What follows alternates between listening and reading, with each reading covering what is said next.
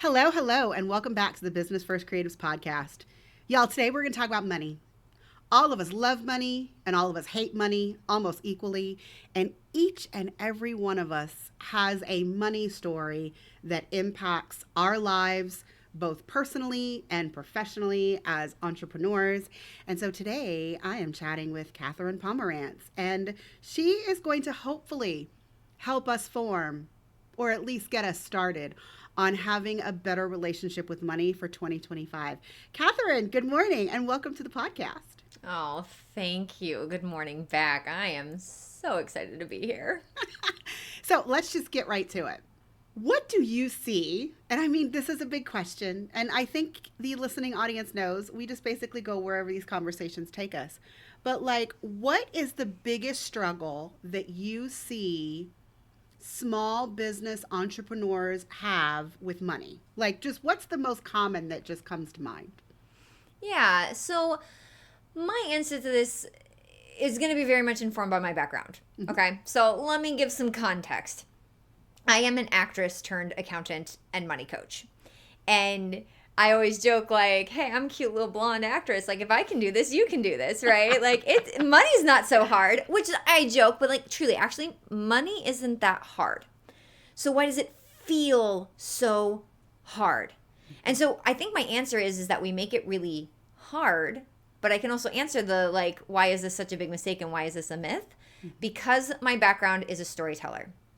Because I'm a storyteller first, money's easy for me. Because money is a language, like all humans, all human languages, all human inventions.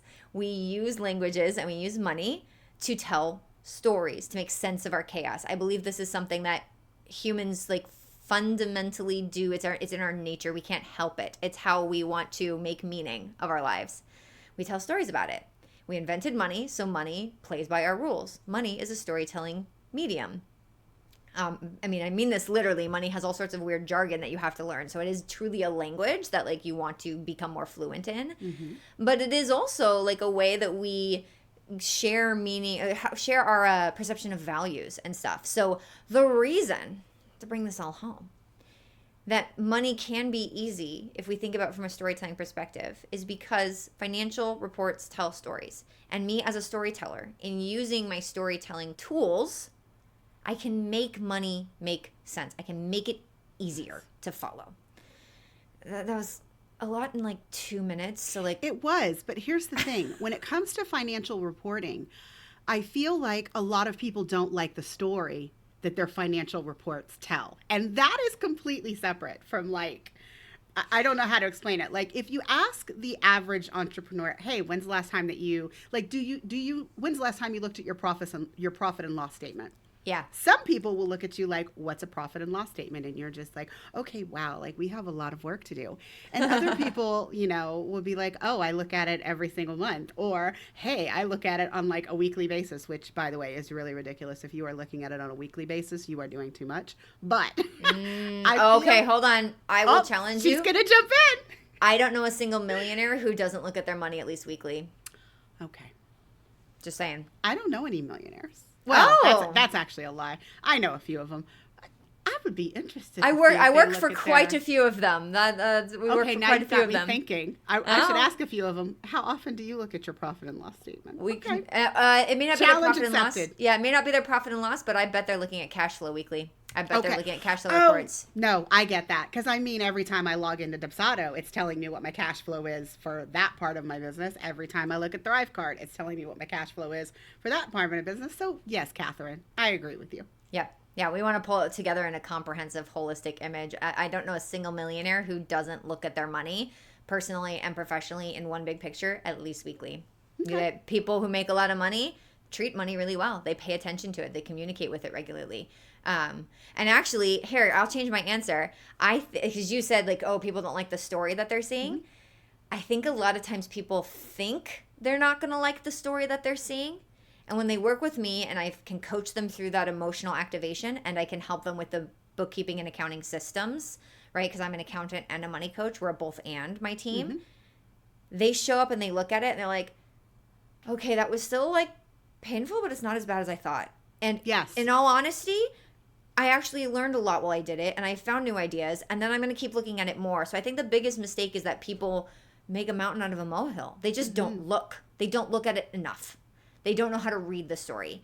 Because that's the other thing is sometimes you don't like the story that's being told, but like, are you even telling the right story? Did you even set it up to tell you the story that you need for your goals? Like, that's a whole other rabbit hole we could fall down. But I'm sorry, I couldn't let that one go. Or I'm just like, oh, my girl, I don't know. I think money's way more important than that. It deserves some work. And I do also preface that with that I am the true like ADHD creative actress. I don't like to be super disciplined and systemized. I'm really bad at it. Habits are like, what is a daily habit? That's not a thing. But I have learned part of the reason I am so in love with my money is that by putting some strong foundations in place, by putting some bare minimum stability in my life, I get to be as creatively free and as messy as I want. I talk all the time and very openly about my mess because I can be messy. It's safe for me to be messy because my financial foundation is really secure. And I did that for myself. I did that in my own business. A lot of us are, not to get too like historical, philosophical, but back in the day, artists and creatives had patrons, that like took care of them and paid all their bills. I'm my own patron. Yes. And it doesn't take that much money. It just takes a little bit of money skills to be able to do that for yourself. So there you go.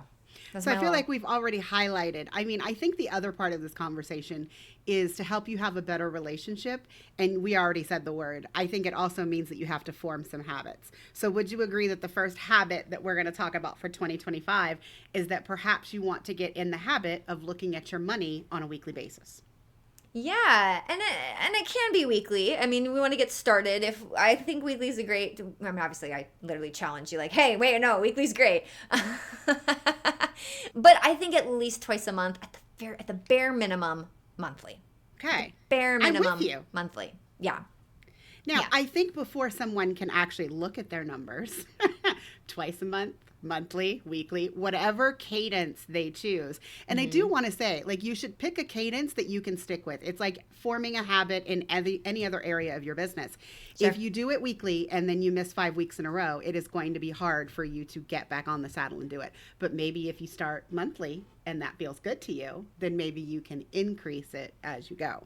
But before someone can even start to look at their money, you said you don't really like systems. Yeah. But I would challenge you to say systems are everywhere. So how is it, like, what is it that we have to do with our numbers in order to get ready to do that habit of looking at it either monthly, twice a month, or weekly? Yeah. It's so... I didn't realize we were going to get on this, and I'm like, oh, I'm going to challenge a lot of things that we're talking about today. Mm-hmm. But I want to be careful in that I don't want to put barriers in front of us getting started. Okay. So I just kicked off the latest of my coaching accelerator, right? And I have an answer for how can you show up and look at your money weekly, and how can it be fun, and how can it be less activating, and how can you start to get into the numbers and the strategies right away, even if you don't really feel like you know where everything is, or you don't feel organized, or you certainly don't know what you're looking at. How can we still show up for the habit and just get started? Okay. I have a whole ritual about that, right? And as you level up your money literacy, the ritual is just going to help you get better and better and better and better. So I'll break down the ritual. I'll teach it to you guys today if you want. Okay. But I want to just make sure we kind of pay attention to the only thing to keep us from getting started is getting started, which I know, right? We've all heard that before. Like, duh, of course, sure, yeah, but I'm busy, but I'm blah, blah, blah. There's part of my storytelling training where when we talk about money, we want to make sure we cast money in the right role in the story, right? I'm an actress. Let's cast it in the right role. And there's no wrong role, but there are roles that are less effective. Okay. And so one of the rules that I talk about is that, at the end of a lot of stories, and in a traditional hero's journey framework, if anyone is familiar with actual storytelling, right? Or marketing this comes up a lot. If anyone's familiar with that framework, you win the treasure at the end of the story. So in a plot, there's something for the hero to go out and achieve and win. And a lot of times people are making money their treasure as like, oh, I'm going to do all this hard work and I've started my business because I'm going to go make a bunch of money. Okay. Respect, me too. I want to make a bunch of money. But if money is only coming at the end, I don't want to live a life or run a business where money only comes at the end of it. That you sounds want money throughout. Yes, you want money throughout. That would be really tough, right? I actually did live that as an actress. I did not have a lot of money. I know how hard that is. I would not wish that on someone. So when we ask questions around like, what do we need to get started, or like, when you're saying things like that, I'm like, oh, we might make money a treasure if we're putting barriers to getting started, right? You're ready right now. Let's not put our success into a future date. Let's just like open a spreadsheet and get started, or open a bank statement, or open your Dubsado, as you said, and just get started, right? Is that enough of a lead-in? Should we talk about the ritual framework then? Yeah, we can talk about the ritual framework now. Yeah. I'm interested to hear it. I have my pen and my piece of paper, and so guys, if you don't have one, you might want to grab one.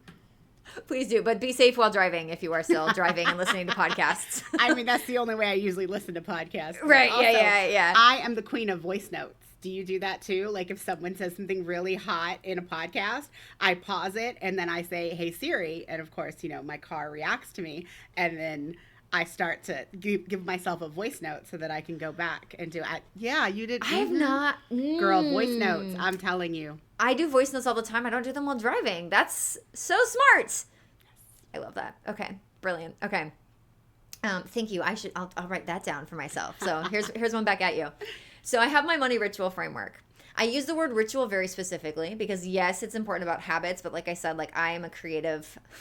Freedom is my primary value. Habits feel like work. So they feel like chains. They feel like chains. Yeah. Ritual, however, has a very important place again in just like our human psyche. Rituals are important because they occur in designated time periods. They repeat on our calendar. Hey, we already talked about how important it is to block off time for your money. So the very first part of forming a ritual is forming a recurring time at which this is going to occur, weekly or at least monthly. Rituals also have a pattern to them. They include physical action as well as like spiritual or internal work. So I want a ritual with my money. I want to like be fully present and embodied for it, right? Yes. So what often happens with money when people are working with money, or like, hey, we already kind of talked about people don't like the story they're seeing in their financial reports, is that we're doing all this good work and we're working really hard, and then something happens that like really activates us, and then we get all like in a tizzy and we get all emotional and we get stressed or we get anxious or we get like actually even just sometimes really excited. I know I have been too excited to send somebody a proposal because my body is like, oh my God, they said yes. I can't believe it. Oh my God, that's so much money. Oh my, are we really doing this? Like I've been overly excited and still couldn't take action, right? Emotions are tough, y'all. So we get activated. And then we have to do all of this mindset work and all of this like meditation, all these things to like get ourselves back to neutral. And then maybe we can keep taking steps forward. And depending on how big the activation, it might take us days, weeks, months to work that emotion through. I've been there. I've been there where things will just knock me back. And I just freeze up, right? So what I found, because again, I'm kind of lazy. I don't like to work more than I have to. I don't like to be told what to do. So I think a lot of us are that way. Yeah, I think it's the creative spirit. I think there's something inherent to creativity that's like, no, I'm a super special snowflake. Like, how dare you, right? Like, so I say this with love and no judgment and actually respect. I actually want more of that in the world. I want us to be more of our authentic selves. I think that makes life more interesting. Yeah. But what if we just turn this on its head? What if we did all of the beautiful like energy, body, mindset work first? So we're actually coming at it not just neutral, but like from our best, most abundant self. And then we got into the numbers and the strategy, and then we like took it forward from there. So that's what I did. That's how we approach money when I teach it to people, is that the ritual framework has 5 steps. The first is let's make money our teammate. So I already kind of talked about money as treasure, is like don't put money as like the thing you're going to win. And you mentioned, yeah, we want money throughout the story. Yeah, money's your teammate. Money works hard for you. Money can be assigned jobs in your business. And money will keep working long after you stop. Money's not human. Money doesn't get tired. Money doesn't wear out. Money is an energy source all by itself. So let's assign money clear jobs and tell it to go do that work. So let money work for you. Let money be your teammate. It's like that mindset step. I use that little like reminder of, okay, what do you need to do to get into that space where you're showing up for money and for your team money? You're ready to communicate with it. You've handled any of the emotional baggage that you've got with it, right? So this could be meditation. This could be read some affirmations for yourself. This could be like just do a quick body scan. This could be, I mean, I've worked with clients who are so woo-woo that we literally like created a literal ritual for them to call on their ancestral spirits to like embody money together. And this could be like, oh my God, Katherine, don't ask me to meditate. So like, okay, clean your desk, right? Just like prepare your physical space. Listen to Taylor Swift, right? I assign people like, no, get a glass of wine and some music, and they laugh. And I'm like, no, it needs to be more fun for you or you won't do it. Go get a glass of wine and listen to some loud music. I wasn't kidding. Like, this is your ritual. Show up like at a date, right? Like, this is for you and your money. So what is that first quick step to calm your nervous system down, feel safe, feel abundant? Make money your teammate. Then do something that reminds you of why you're doing this, that values-centered business plan. So read the mission, vision, value statement for your business. Remind yourself, like, yes, I'm in it for the money, but I'm also in it to help people in these specific ways. I want to see this kind of impact from my work. I have people who will just like get pictures of their family and put them on their desk because like, here's my why. I have people who have vision boards that they display. I have people who make like little graphs for their desktop that they can pull open. I have my mission, vision, value statement of my business like displayed where I can read them. Have you ever had somebody, it's a thing that people talk about, and I don't think people talk about it enough, but having a folder of like your testimonials and nice shit that people say about you. Oh, all I of have the that. screenshots, yeah, in a folder. And hey, maybe that's what some of you need to do. And for the photographers out there, like maybe you need to get your favorite photos that you've ever taken and make a slideshow. And maybe you watch that slideshow. Or again, I like the love notes part. Love notes are awesome. They're fantastic. I love all of those ideas so much. I'm going to start using those as examples. It's like, yeah, just because a lot of times people are like, well, what do I do if they haven't done like, they don't have like a clear brand, like mission and things like, it's like, yeah, like go look at your client testimonials, go read the nice emails you've had, collect them, read them, like read the impact that your work is having. Brilliant idea. The photos one too, especially. Yeah. Go look at how beautiful you make the world. Go look at the special memories you're capturing for people and all those awesome moments I can hold on to because of your work. Yes, please. Right. That step only needs to take 30 seconds. Just remind you of your why.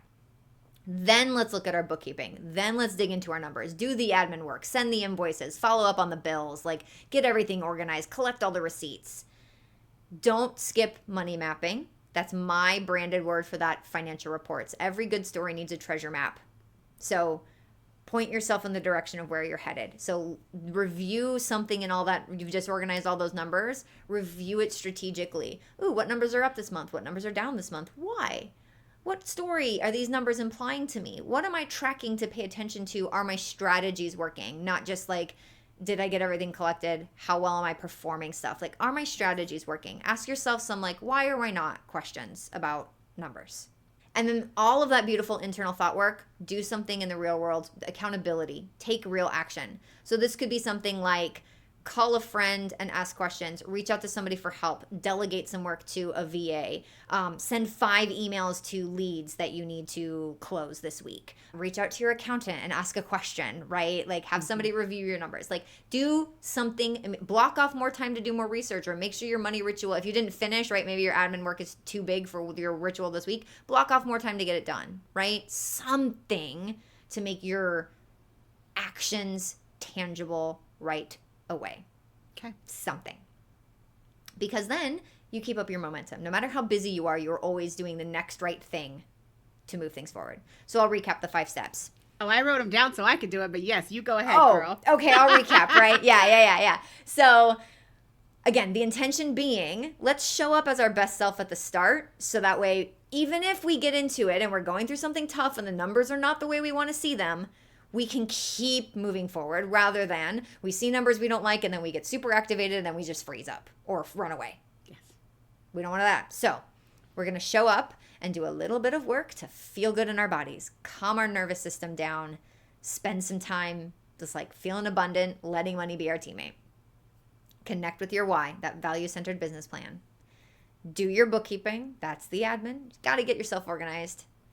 Make sure you do some money mapping. You're not just organizing yourself to file taxes, y'all. You're not working for the government. You're working for yourself. So ask yourself some strategic questions about your cash flow, about your profits, and then take action right away. So the systems part of my brain has to ask, do people need to have these down in some kind of written form and or a checklist that they do and or some kind of SOP? I feel like that is the only way that I would make sure that I was getting it done, but also to make sure that I'm still learning from like what I did as my action step, like let's say in January versus what I did as my action step in like May.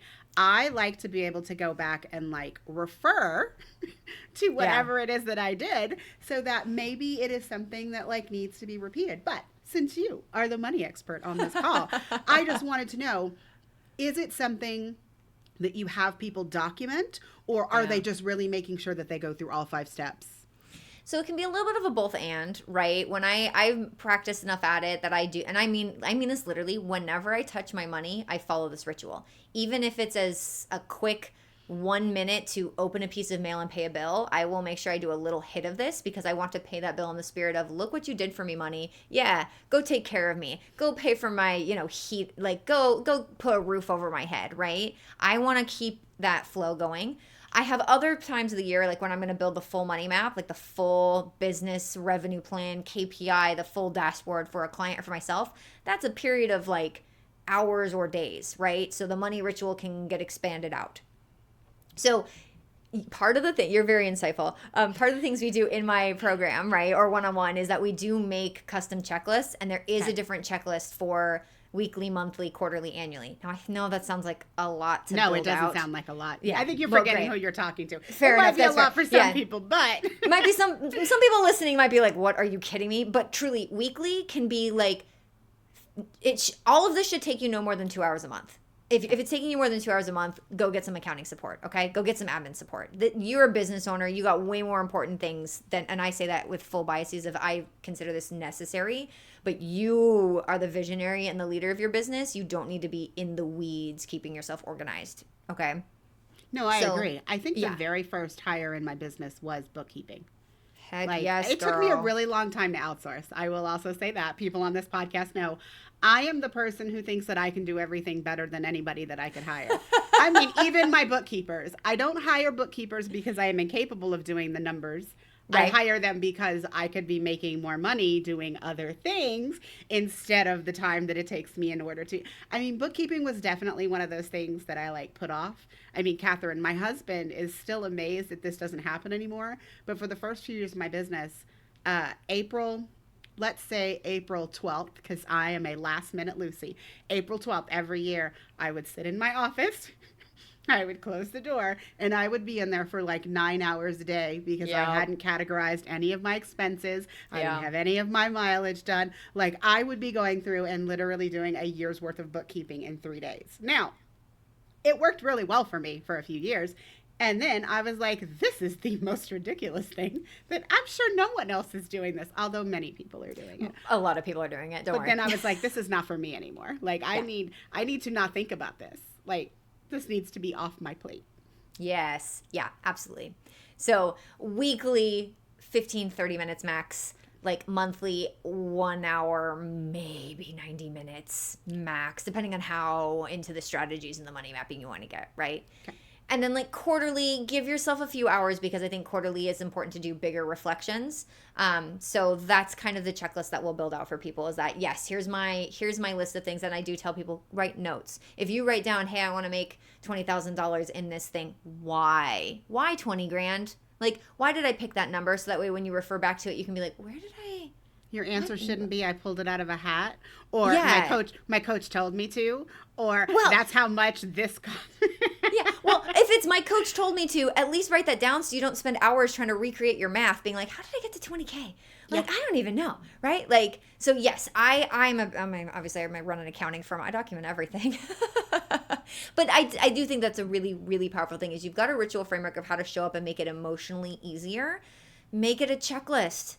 make it an SOP so that you don't have to have the mental process of it. I also love for people not just having like weekly, monthly, quarterly, like admin checklist of like, okay, these are things I need to hit my bookkeeping and money mapping wise. I like having a little like bank of different ideas I can use for the first 2 steps. What's my body craving today? Maybe I'm really low energy, so like what I normally would do wouldn't work. I need something super low energy so I still can have that abundance hit, right? Or maybe I only have 1 to 2 minutes and I just really need to get through this because I have like only 10 minutes today, right? So I like to have a little bank of like, okay, am I feeling more playful? Am I feeling more creative and meditative? Am I feeling more energetic? Do I want to be in my body? Do I just want to like sit here and like hurt a little bit? Like, like whatever vibe I'm bringing to it. I want to have a little like a little list of things I know that work so I could just kind of pick the one I want, right? Because again, I don't like to be told what to do. So I mean, I feel like that's the theme. None of us like to be told what to do, girl. I completely understand. And I feel like for some people who might feel guilty about like a pleasure that they have, so like there is a Thai restaurant that I absolutely love. I feel like that would be like a good, like when I sit down to do my money, I should totally be eating drunken noodles from Busava. Like that's what I should do. Or I should make myself my favorite cocktail if I have perhaps reduced my drinking. Then that could be when I have my cocktail and I sit down and you make it as pleasurable as possible, but you shouldn't do the same thing every time. You want to spice it up a little bit. Yeah. Yeah. And I think if somebody who's listening to this is like, I really, truly don't do things unless they're fun, because I work with a lot of people like that, right? They'll avoid things that feel boring or frustrating. That's only human, but some of us really have that drive. Have your fun little treats and make it part of the end of the ritual, right? Yep. Is like, okay, as my accountability, I'm going to celebrate the work that I just did. Celebrate the process, not the results. I showed up for my money ritual today, so I definitely deserve my Thai food. I showed up for my money ritual today, so I definitely deserve to like take the rest of the afternoon off. Mm-hmm. Guys, I know you're listening and you're like, okay, she just said a lot. So we do have a freebie linked for you in the show notes. It's Strategic CEO Checklist, how to stay organized and profitable in less than 2 hours a month. So clearly, if Katherine is telling us that she has checklists to help us get this done, you should really be able to get this done in less than 2 hours. Yeah. Okay. Those are my true checklists for like, oh yeah, speaking of weekly, monthly, quarterly. Oh, by the way, it's all right there. And one for a bonus one for tax season, prepping yourself for tax season. So. Okay. Which is this is January. This is January when we're recording. And guys, this is January when it's going to actually come live. So there was a little oopsie between Katherine and I when we were trying to schedule this. I had her on my calendar. But this, like, now in January was when we scheduled it. So, I mean, this is going to be, like, the fastest turnaround edit that I think I've ever had. But woohoo! Oh, I'm honored. Like, truly, because it's timely for the audience. So, truly, I'm so glad that we could still make it work. And, good. I'm proud of you then. Look at you. Reaching new heights, new speed. Good for you. Well, yeah. I like January. I mean, every single year that I've had this podcast, I have always done and I hate that this is like usually associated with like weight loss or whatever, but like new year, new you. Like I always feel like in January, I want to have experts on the podcast that are going to help you do something that is going to prepare you to have a better year than you had last. And like we've been saying throughout this entire podcast, a lot of us have bad relationships with money. It's either that it, prohibits us from actually jumping in where it wouldn't be that bad, or perhaps we've had some horror stories in our past that are still affecting us today. I mean, that's just what happens. But I do want to take one more path, whatever we want to say. Tangent. You mentioned tangent. There we go. Hey, I'm losing words today. You mentioned KPIs, and I feel like I need a bell in my office every time someone says the word KPI. So specifically, are there 2 or 3 KPIs that you think that all of us should be doing at some point during the month in order to have a better relationship with our money? Like, what are the numbers? 3 of them. And I know it's going to vary, so, don't feel pressure, but like, what are 3 KPIs that you would be like, oh, no, this is probably something that I could recommend for everyone? At the risk of being the most controversial guest you've ever had, possibly, I am going to say I couldn't possibly give a universal one, but here's why. Okay. I think most people do KPIs wrong. Ooh, that's spicy. You finish your thought, and then I'm going to ask you to follow up. Yeah. I think that A lot of people are tracking performance indicators, not key performance indicators. They're tracking numbers that tell them how well activities are being performed in their business. Useful. But I think that that's an incomplete picture. So as a storyteller, I want to know the clear cause and effect relationship between the actions in my business and the results that I'm getting. Mm-hmm. And as your profit coach, I want you to be doing a lot less because you'll make more money. Yes. And you'll have more profit. And you will have more energy and time and attention. I'm a mom, y'all. I'm all for, and you can kind of tell, like, I don't want to overwork myself. I just don't. I'm not about that life. So when you are looking at your numbers, right, you have a new ritual so you can actually show up for that work. And you are looking at them monthly. You followed my checklist. I've got a couple reflection questions on there you can use for your money mapping portion, right, if you have no idea how to get started. And you start to notice patterns in your numbers. You will start to notice the things that are working. And I want you to then pick that as your KPI. And I want you to think of a few things you could do to make that number bigger. Better. Mm-hmm. Mm-hmm. And then that's all I want you to focus on for this next 90 days. If it worked, great. Do more of it. If it didn't, stop doing it entirely. Okay. So, and I say that in terms of there's lots of things that people's KPIs could overlap, but the how and the why they're driving to it is not quite the same, right? No, and I completely agree. And Yeah. you and I had a conversation before we hit record, and we were talking about my audience. So specifically for photographers, I feel like they like to hone in on the, well, how much money did I make this month? With, don't get me wrong. All business owners like to look at that number. Yeah. But for us in particular, for those of us that have more seasonal businesses, because like for family photography, you are like working yourself to death in fall, but in winter, you tend to be like dead. And the thing is, I have actually never had that business because I photograph only people inside of houses. And so winter does not affect me. Newborns are born year round. So the way that I look at my income and my number of inquiries and my average sale per client, all of these things could be KPIs. I mean, I'm not going to tell you exactly, like you said, it's really specific to what you're doing that's working well. Yes. But for me, it's not so much of a concern as of what month it's in. And is it closely related to how many inquiries I got and what season it is and like all of these things. But like other people, you can't just look at a number and be like, oh, that's really terrible. Because there might be a story behind it and that might be your usual. And so you can't take that number and compare it to like September when, a lot of photographers are making money hand over fist.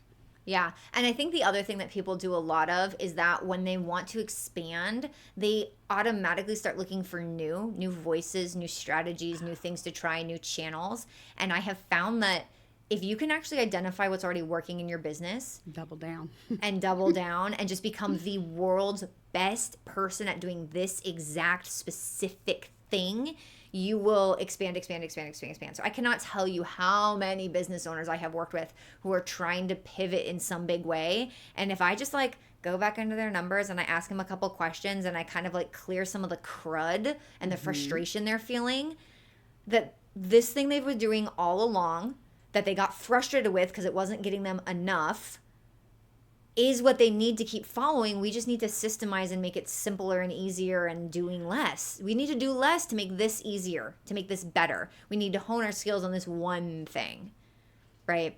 So systemize and simplify. Yeah, you said my two favorite words. I mean, hello. And that I think is why a lot of people do KPIs wrong. Is people are just going to add new KPIs and I'll know this new thing is working because it's going to get me X, Y, Z result. It's like, no, I would rather ask my money, hey money, you tell me where you're thriving.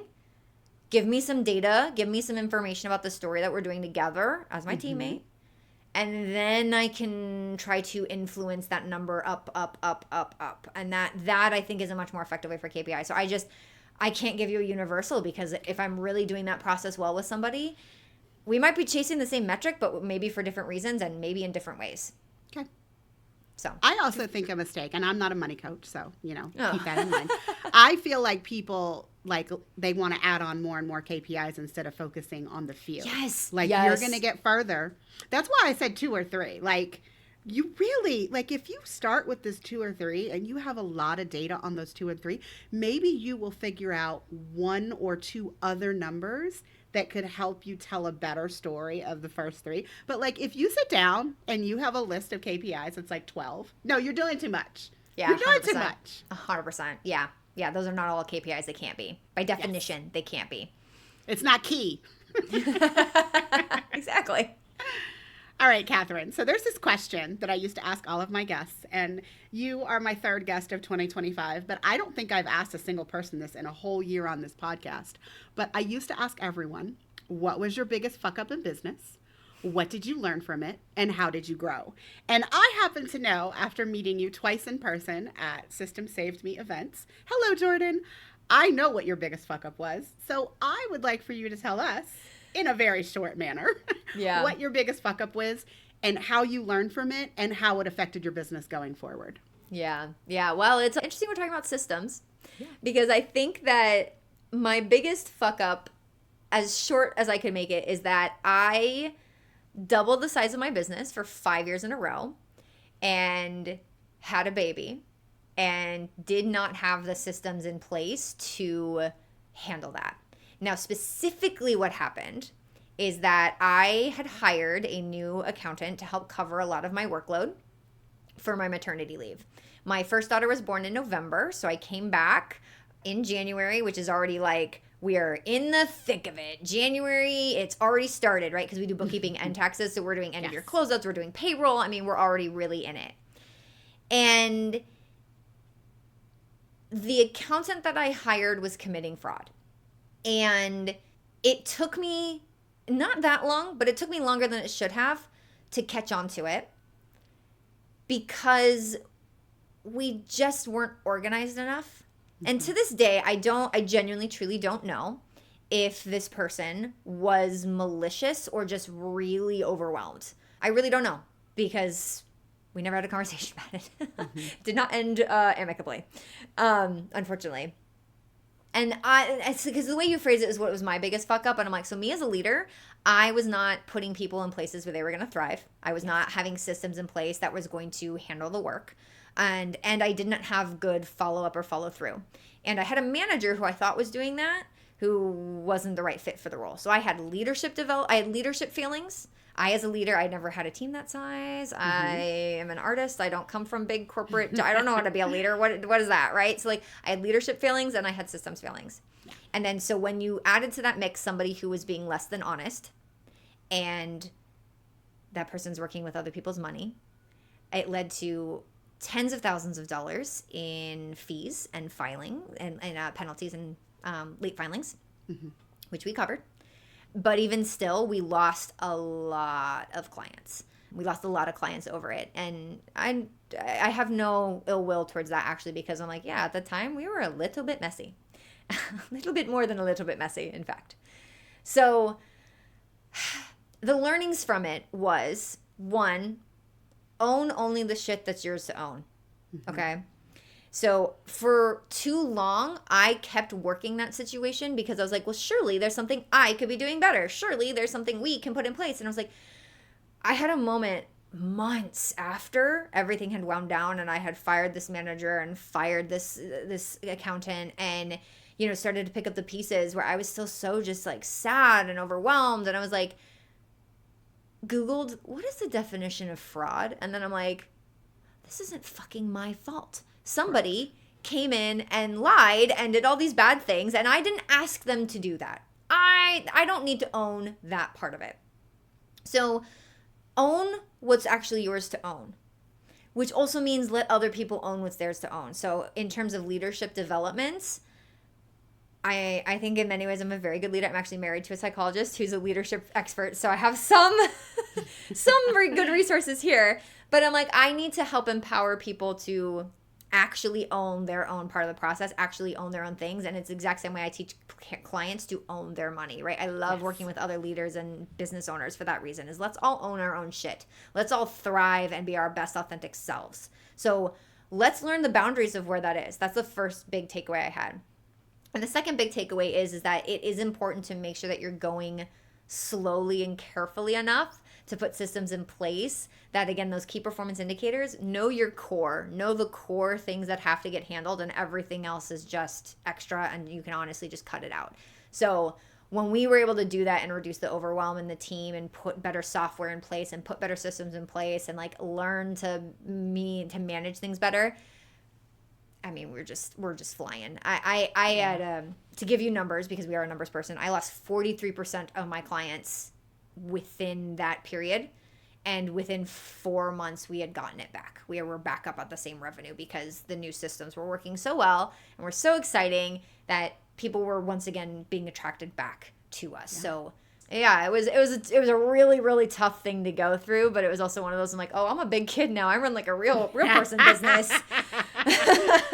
Like, okay, here we go. So I think I've done a lot of personal healing, but I of course still feel bad for my clients who had to go through that with me. Mm-hmm. But I'm really the clients and the team that stayed, we're getting better results than ever. They're more loyal than ever, and I'm really proud of. It's years later. It's been 3 years, and I'm still proud of us.